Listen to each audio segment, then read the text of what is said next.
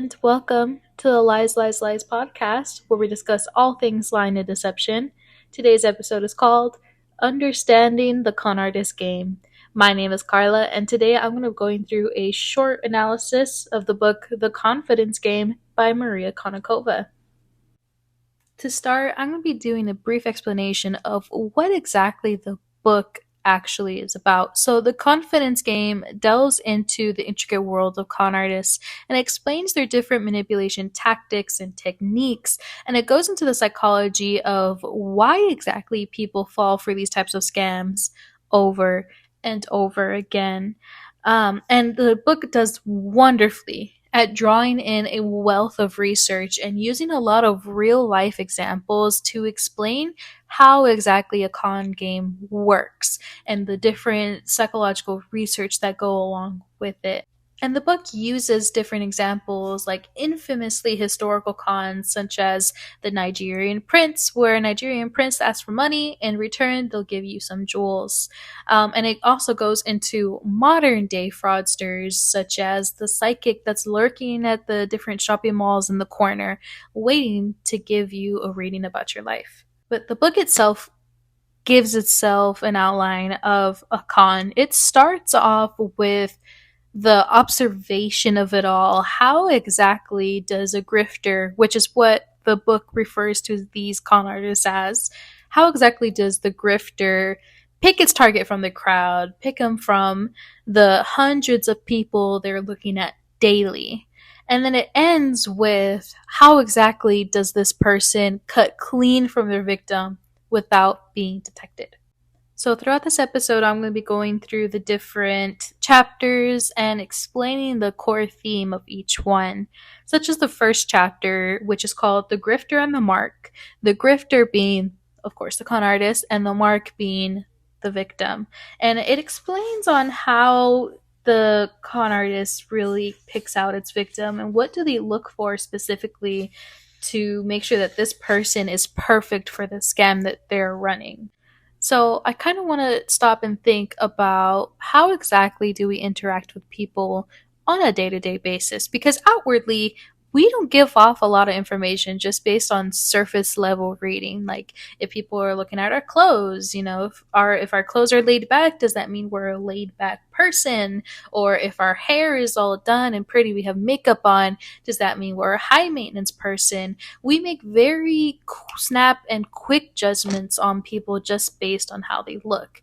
And then, talking happens, because that's what happens when you interact with people in the outside world, is that you talk to one another. And what kind of information do you really give off to this other person that you just met? Now, of course, if they're very friendly, if they're upbeat, if they match kind of different characteristic traits that you have, you're more likely to give more information, like, oh, my age perhaps, or the different likes and dislikes I have. In a short conversation, you're giving off a lot of different information to this person that you don't even know that you're giving off, because you think it's a normal conversation. People are trusting at heart. There's no way we can live throughout our life without being trustworthy towards a stranger once in a while, because if we're always walking about the world thinking everyone is out to get us and everyone is coming after me, we're not going to live a very peaceful and forgiving life. And that's kind of what grifters pick on our sense of peace and how just generally trusting most people are, because we're not really on full guard when we're in public. I mean, if someone nice comes up to me and talks to me, I'm not going to ignore their talk unless, I'm in a rush or something, right? So that's what these con artists really pick on, is just that outward trust that we give to people. I trust you not to hurt me. I trust that this conversation will not lead to me giving away thousands of dollars. That kind of just outward trust is what they really like to pick on. Now you might be saying to yourself, oh, that would never be me, never. There are just there's thousands of different cons out there. Anyone is ripe for the picking. In a 2011 study done by psychologists Carla Pack and Doug Chavell, they found that different types of people fall, of course, for different types of cons. So let's say for an investment in an oil field, the more likely victims would be well educated older men who made over $50,000. Or if it's for identity theft or drug fraud, a victim would be a single female who made less than 50,000 a year. That is the point that this chapter is trying to make, is that anyone anywhere can be a victim if a con artist is good at observing, if they're good at picking up different micro expressions that you're giving off in an interaction, if they're good at remembering your name and understanding the information that you're giving them, if they know how to use it, you yourself can be conned. And this is really relevant in today's day and age because scams have moved online. With the vast evolution of technology and with the internet growing to what it has, a lot of scams are online, and we put a lot of information out there without even knowing. Like, let's say Facebook. We put our location, we put our place of work, we put our full name, we put if we're in a relationship, we put a lot of identifying features about our life on the internet. Instagram, we post where we eat, we post if we're at a party, if we're at a concert. That is a lot of information that someone can just grab and run with an internet scam. So please be mindful of what you put out there. So moving on to the next chapter, which is called The Put Up. So the put up is basically about how does the grifter pull someone into their scheme now that they've gotten their attention, now that they've chosen their target and they've chosen what scam they're going to do. How do they pull you into the scheme? There's this one scam that this book references that really got my attention because it is prevalent in today's society where we place an importance on organics, crystal healing, that kind of spirituality that's become really popular and mainstream, especially on TikTok and social media. The scam revolves around two women who are visiting this psychic. Right. So the first woman is named Deborah. She is a professional dancer. She's a ballroom dance instructor. She was working her dream job at a Times Square dance company for marketing. But in 2008, within a 2-day stretch, she had lost her job and she had lost her boyfriend. Deborah had been splitting her time between Florida and New York. In Florida, she has a home and she has 3 children to take care of. And she was hoping to stay in New York, but, due to the job loss and her boyfriend loss, she now had to start packing and move back to Florida. So while the packing was just grueling in itself, we all know what it's like moving somewhere, she decided to go on a walk and clear her head. So while she was walking, she saw past this psychic shop. They have all of the neon signs, lanterns, very welcoming vibes, just kind of safe space kind of feeling. And the psychic's name was Sylvia Mitchell. Deborah walks into Miss Mitchell's shop and wants a reading. And what she sees is an attractive 30-something-year-old woman. She looked very charming, very nice, very comforting, someone you would want to speak to.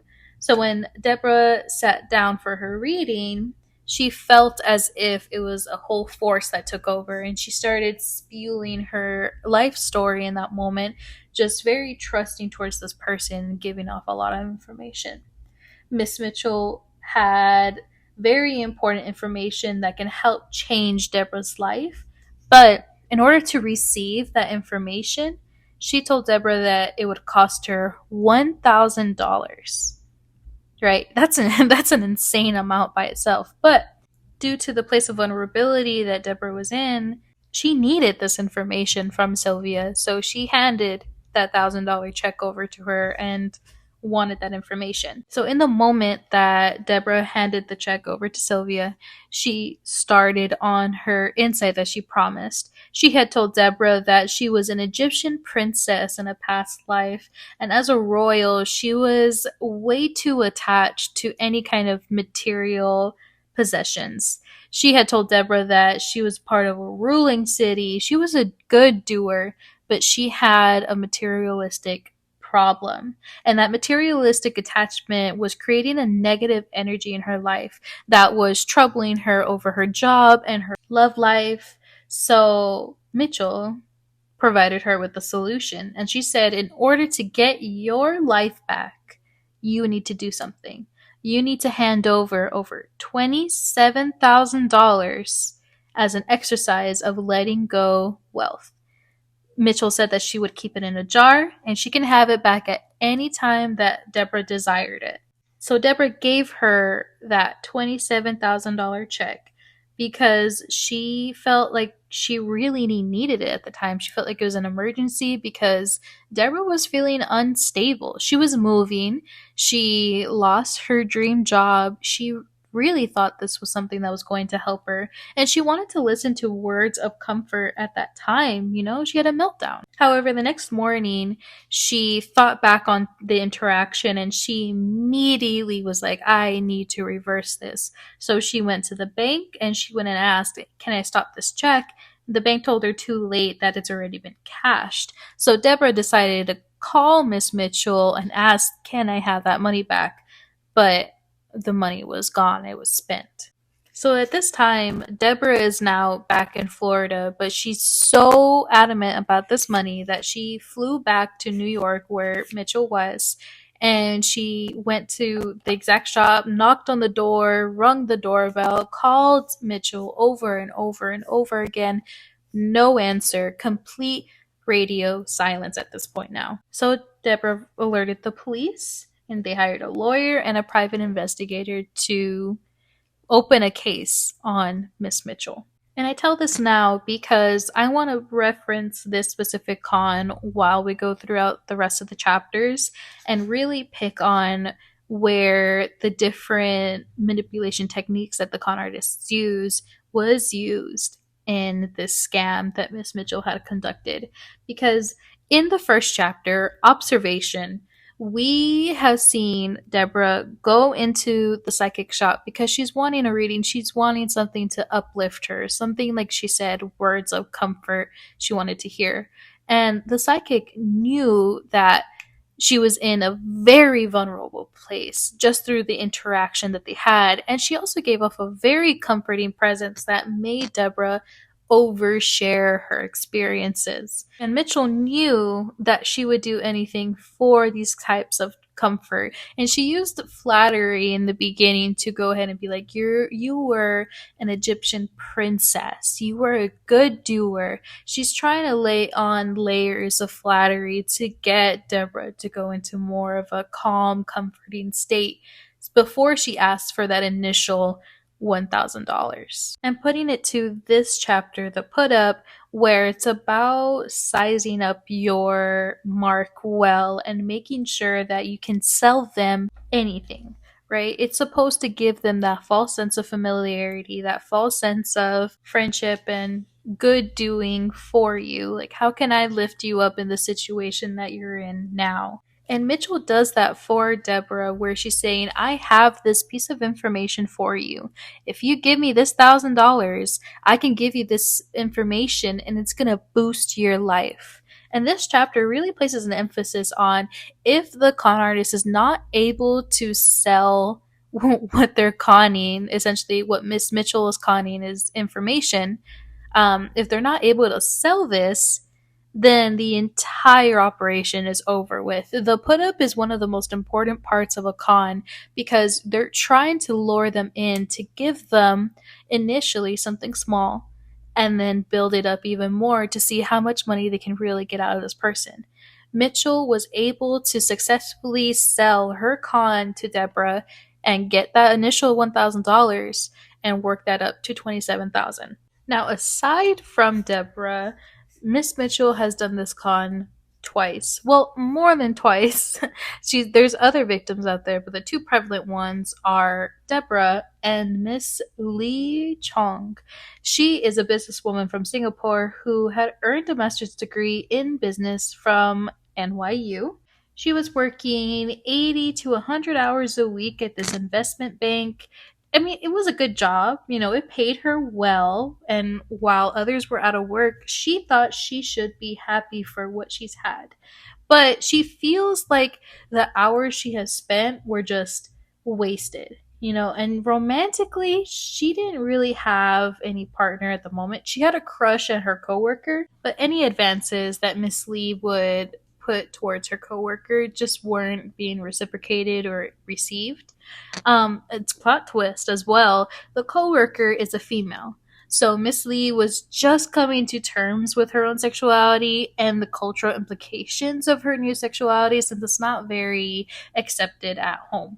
So Miss Lee was feeling very vulnerable, and she decided to take a faded walk. And she came across that same shop that Miss Mitchell was running. And Miss Lee went in there for a reading. And already Miss Mitchell could already feel the energy being different off Lee, and very negative energy. So, to counteract this negative energy, Miss Mitchell had recommended that Lee give her $18,000 to hold in a jar for her. The point of holding on to that $18,000 was just so that it was a gesture. It was an act in good faith that's going to help counteract those negative forces that Miss Lee had surrounding over her. To drive the point home, Miss Mitchell had also told Lee that in a past life, she had wronged the object of her crush, and that she was found in an unrequited love at the moment. But a happy future was possible for her, but it would require a lot of work if Lee was up to the task. Due to the amount of energy that Mitchell would have to focus on, she said that she would perform various different rites and rituals to help the process move along. However, it would cost her upwards of $128,000, which Miss Lee had accepted to her new confidant. But as bad luck would have it, after the relationship had continued on, Miss Lee was having still the same struggles she had before she went into Miss Mitchell's shop, which means her workplace love continued to be unrequited and had escalated to the point where the coworker had filed sexual harassment complaints towards Miss Lee, and that resulted her being fired from the workplace. So Miss Lee was out of a job. Coincidentally, her mother was sick, and she was short on funds because Mitchell had taken a majority of what Lee had. So let's keep this story in our heads while we go over the next chapter, which is called The Play. This chapter is very interesting because it focuses mostly on how exactly we feel during the con when it's happening. So it places a big importance on emotions and how our emotions really play to us being sold this con. And it also places a importance on storytelling in cons. So let's go back to Miss Mitchell's con. So in the stories that she tells both the women about their past lives, the stories of course reference what they're going to at the time, but it also wants to pull at their heartstrings. So for Deborah's past life, she was a good doer, she was a good person, but something about materialistic tendencies was holding her back. Now, the good doer, the flattery that she was giving Deborah was trying to uplift her, give her enough confidence to where she can feel more friendly, more open with this person, more willing to give this person something in return for the flattery that she's giving her, right? And then for Miss Lee, she was playing more on your past life also had an unrequited love. You have these energies that are holding you back from the love of your life, and we can fix that. It's pulling on the emotions of, I don't want to be alone forever. I don't want this sting of loneliness to carry with me from my past life to this life. So Mitchell is using something called wishful identification, where they're wanting both these women to feel sorry for their past life, for the story that she's giving them. She wants them to have a heightened emotion, so they're more willing to do something for her, like give her that $1,000 or give her that $18,000. And she's using time restraints as well as something to also play on those heightened emotions. She needs them to give her that money right then and there so she can give this information to them so that they can get back to their lives, their improved lives is what she's trying to sell them. And the book says that con artists should never give time for these heightened emotions, this what it's called hot mooch time, to cool off.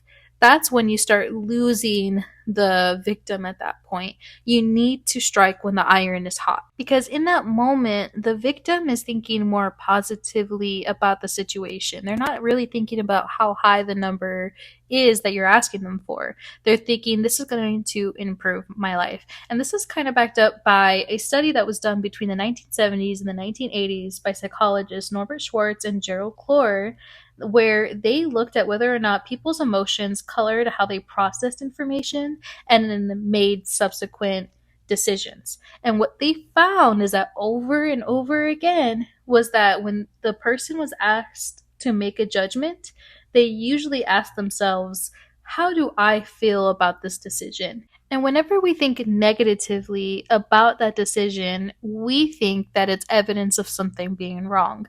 Like, this is giving me bad feelings. I shouldn't go with this decision. But when it's a positive thought about it, we think that we're satisfied, that we're good with it, we're cool with it. And that means that it's a good decision, it's the right decision. And this is a phenomenon that's called mood as information. That our feeling is concrete evidence that this is how I should be acting. We process a lot of our information in a way that corresponds best with our emotional states. So that's why Mitchell is pushing and pushing for these women to give her more money for these different scenarios that she's feeding onto them while they're there, while they're in that vulnerable state. And she's not letting them walk out the door unless they give her more money. That is what the play is about. Just manipulating your victim's emotions to the point where they're willing to give you anything. Now, let's move on to the next chapter called The Rope. Now, what the rope is about is just persuading at that point. Now that you've got them on their emotions, now that you're asking them for these different things, you got to persuade just a little bit more. And the book kind of calls it of an alpha and omega of the confidence game, where you're getting your victim, you're lowering their defenses with a bit of, emotional turmoil. And now it's time for your pitch. The alpha part of what the rope is that you're the one for this job. You are the perfect person for whatever this con is trying to uplift you for. You're the good person. That is what alpha is trying to do. It's trying to make you feel good. It's trying to make you persuasive towards this decision that you're about to make that's going to give them whatever they're asking for, right? And the omega part of it is that you're trying to find a reason why you shouldn't do it. So it's like a should and should not do. Should is the alpha, should not is the omega thinking in your brain. And this chapter focuses also on consistency.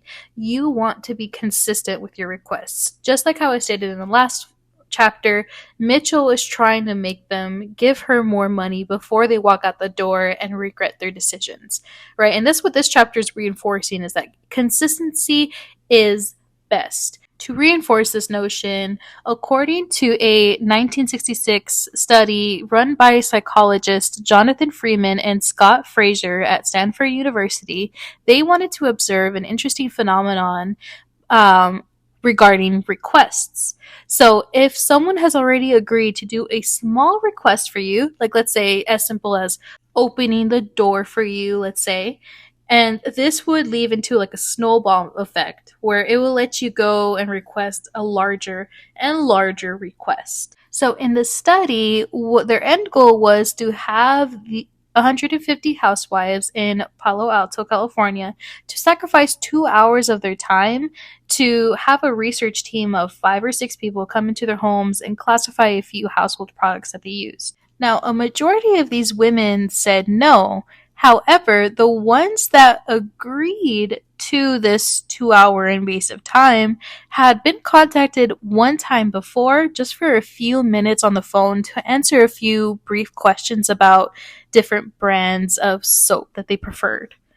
So that's what's showing that in this small request of that few minute phone call, that snowballed into a 2 hour invasive kind of home visit of these women. And in Mitchell's con, she first asked Deborah and she asked Lee for a smaller amount than what she got in the end, right? With Deborah, she asked for $1,000. For Miss Lee, she asked for 18,000, which, higher price than Deborah's, but Lee was in a bigger turmoil, I guess, compared to Deborah.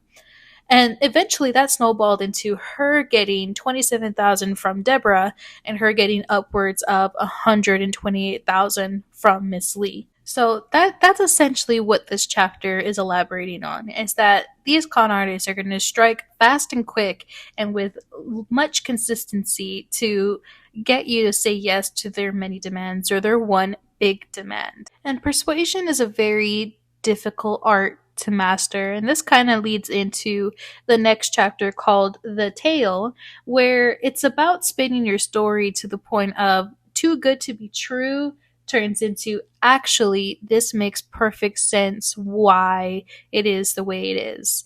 So what Mitchell was doing was selling this too good to be true scenario where if you give her this money, put it in this jar, your energy is going to dissipate, your negative energy is going to dissipate, and you're going to be able to go about your life with luck on your side if she keeps this money in this jar. But in reality, that's a too good to be true scenario. But in that moment of heightened emotions, consistent persuasion, they are going to believe this too good to be true scenario because they're in the moment, they're an emotional wreck, they're thinking, I really need this comfort, I really need this peace of mind, and they're going to go for it. And what this chapter is really explaining is that we're feeding into this superiority complex, this sense of ego that we have. The con artist is feeding into it to make sure our own confidence is up, that we are in a heightened state of, oh yeah, this is good for me. This is going to make me better. I'm too smart to be tricked by this. This is going to make me feel good. And they're playing on that kind of superiority bias that we have. And the book specifically says that grifters appeal to our vanity. And this is backed up by some studies. So, in 6 studies in Cornell University by psychologist David Dunning and his colleagues, they showed that people overestimated how they fared on a socially desirable characteristic, like accepting social norms, liking knowledge for its own sake, reading widely, all of the positive things that we associate with good people in our society, while they dismissed any potentially negative tendencies that they have, like submissiveness or clumsy, and they rated traits that they had described themselves earlier as being more desirable. So we all want to be the perfect person that we wish we could be. And that's why it says grifters appeal to our vanity, because we're trying to make ourselves be the best person that we want to be, or at least look like we're the best person we want to be. Breaking that illusion of unique invulnerability is really, really tough to break, which is why grifters constantly try to feed that to us so that it's an insanely hard mindset to get out of. So that's essentially what this chapter is about, is just how our superiority biases and that illusion of success really drives us to say yes to these insane kind of tasks. Now, this leads us to the following chapter, which is called The Convincer. This is also a play on the rope, where it's a persuasion tactic, but now the con artist is trying to persuade you that this is in fact working. This is going. Now, we don't really see this tactic as much in the Mitchell's case, just because afterwards she loses contact with her client or her victim, and she doesn't respond to any form of communication that they're trying to receive from her. But essentially, what this chapter is trying to convey is that the con artist is going to convince the victim that, hey, you know what? You are making this money. This is all going according to your plan. This is going good for you.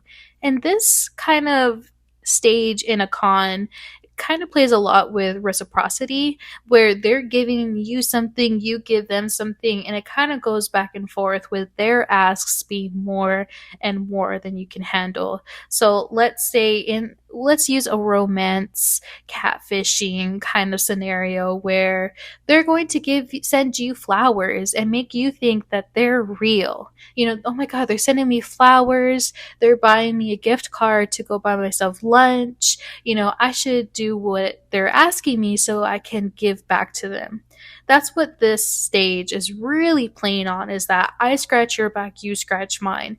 Except you're going to scratch my entire back and I'm just going to scratch your shoulder. And we fall for this trick time and time again because we want to filter out the negative double takes that we're getting about the situation. Like maybe we're starting to regret, sending that $500 gift card to them when they only sent us 20, but we want to filter that out and we don't want to think badly about them. And that's where trust replays itself back into these scams, because again, we're trusting people by heart and we're raised to be nice people. We're always told, treat people like how you want to be treated, and we take that to heart. So if someone does something nice for us, we do something nice for them, which is why con artists really play up this stage a lot, because they want to get stuff out of you, but they'll give you a little something if they know they're going to get something in return. And the book calls this kind of optimistic illusion and anticipated emotion,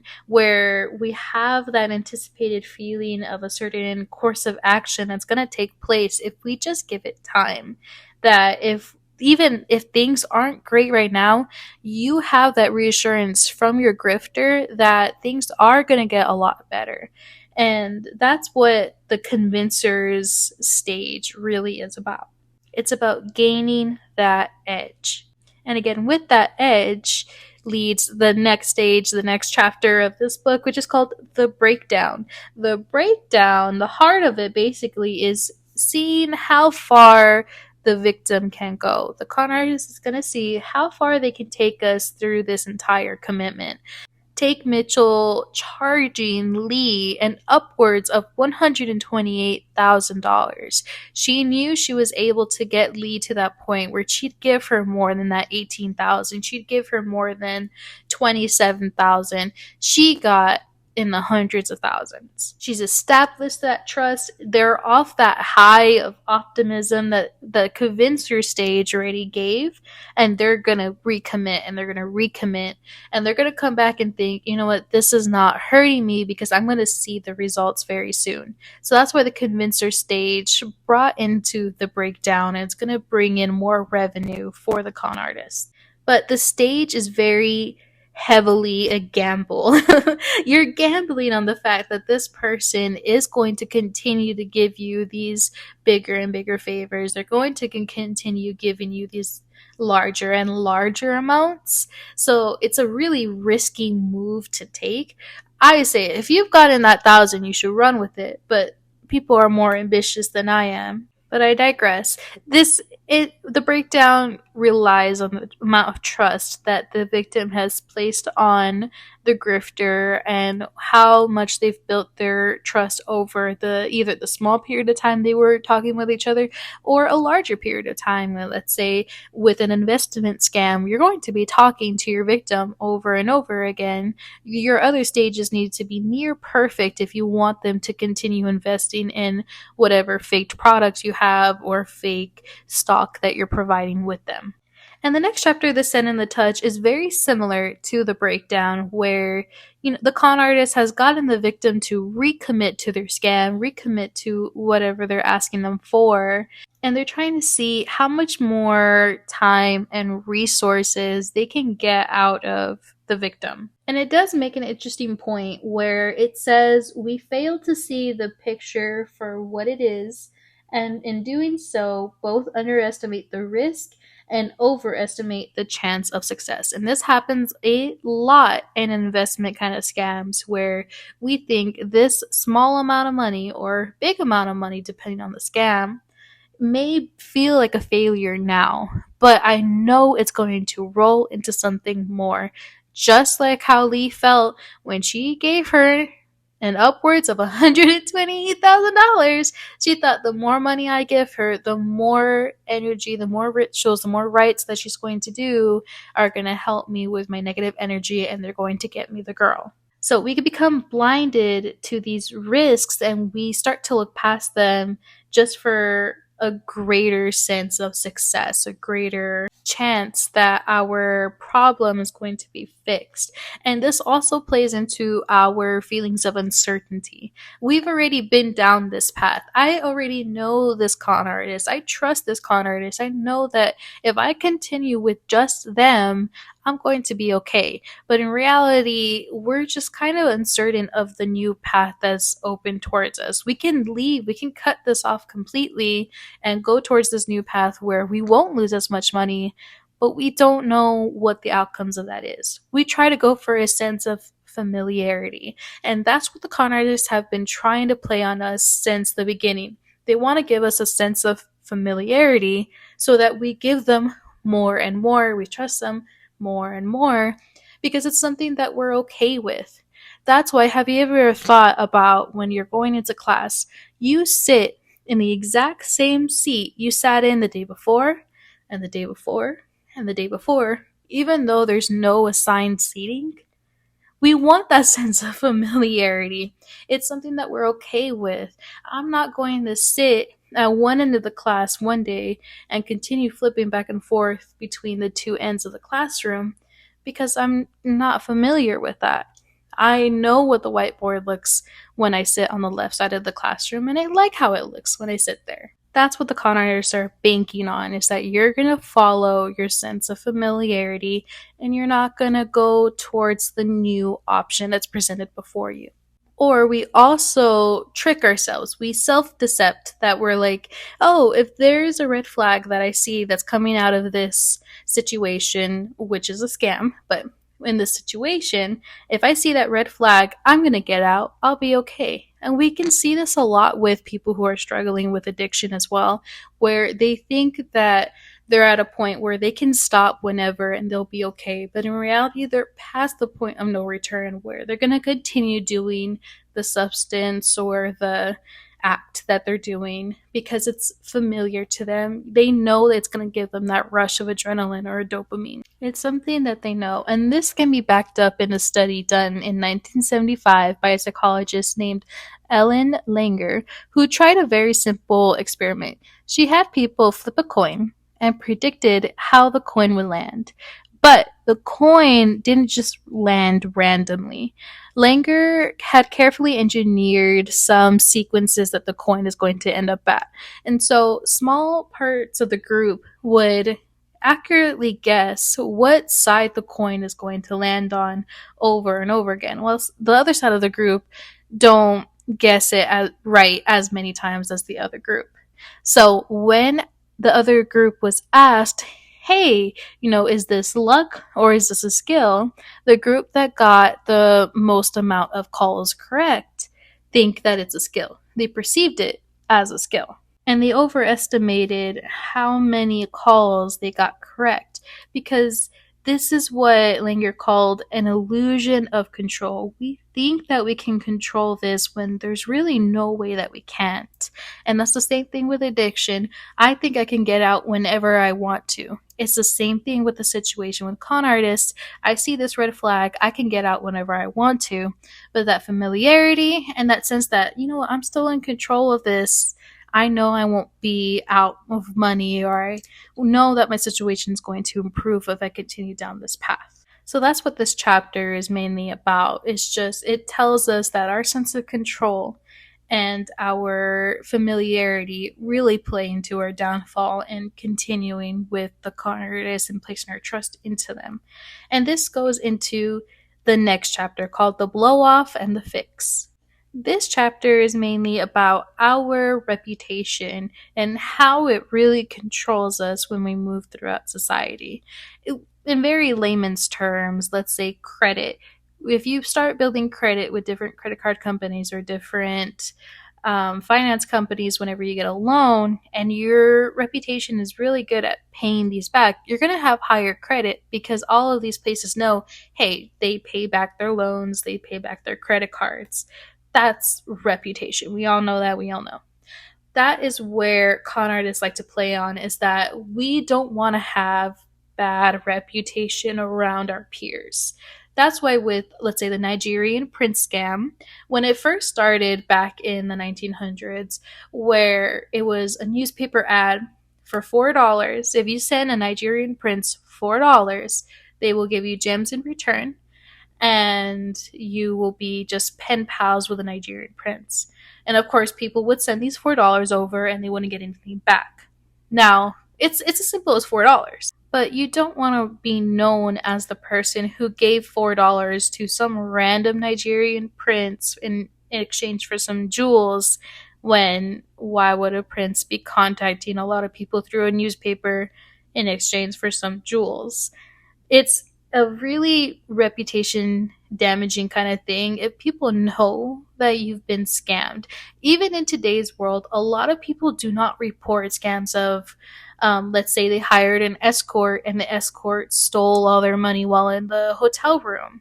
They're not going to report that because that's embarrassing. It ruins their reputation. They have to go through court. They have to sit in front of a judge, jurors, an audience, and tell people, I hired this person and they tricked me. It's an embarrassing mark on your reputation. And that's what con artists really want to play on, is that our efforts at self-delusion and our efforts on trying to maintain our reputation to keep it strong enough where people still instill trust in us. And so aside from reputation, this chapter is also about the clean break that con artists do to get away from their victims. So, taking Mitchell's case an example, she had completely cut off communication to Deborah whenever she tried to reach her out for money. Whenever she called her, she did not answer, texted, did not answer. When Deborah physically flew back to New York and went to Mitchell's place of work or her shop, she knocked, she rung the doorbell. Mitchell saw that it was her and she did not answer. She cut that right off. And Mitchell was banking on the fact that Deborah wouldn't come back because Deborah was moving to Florida anyways. She knew that she wasn't going to be there anyways. So she was able to avoid Deborah to a certain extent because she did not live in New York forever. She may be there on a visit. She may be able to close her shop for a day to, ignore Deborah. But she wouldn't be there forever. She can continue her game there and scam a whole lot of other people because Deborah's living in Florida. She's not going to report her, at least that's what she thought. She's not going to report her because she's living in a couple states away. Typically, a con artist wants a clean break so that people don't have enough time to report them or to out them as a scammer to the community. So in a sense, the scammer also cares about their reputation in the town that they're in, the city that they're in, because they still want business, obviously, but they don't want you to ruin their reputation either. And so moving on, the last chapter is just about how con artists have the most oldest and real profession. And it shows that we all have a weakness, we all have a vulnerability. And I've said it before earlier in this episode where we all are able to be conned. We do not have a single blind spot that cannot be exploited. And it reiterates at the end of the book that this book is meant as a cautionary warning to those who are out and about in the world, who are very trusting people and very nice people, as we all should be, but it just wants you to be extra cautious with what you put out into the world, what you put out online. A lot of victims nowadays are online based because of the vast evolution of the internet, how fast it's grown grown within the past decade. And it wants you to be comforted that there are people who have been scammed by these types of con artists before. Like, there are a lot of different stories in here that I did not touch that are still prevalent to this day. Like the psychic one that I'm referencing constantly throughout this episode is very prevalent to this day. Catfishing. There was a catfishing story in here that I did not share. That's prevalent to the dating world now, where dating apps kind of rule the romance world.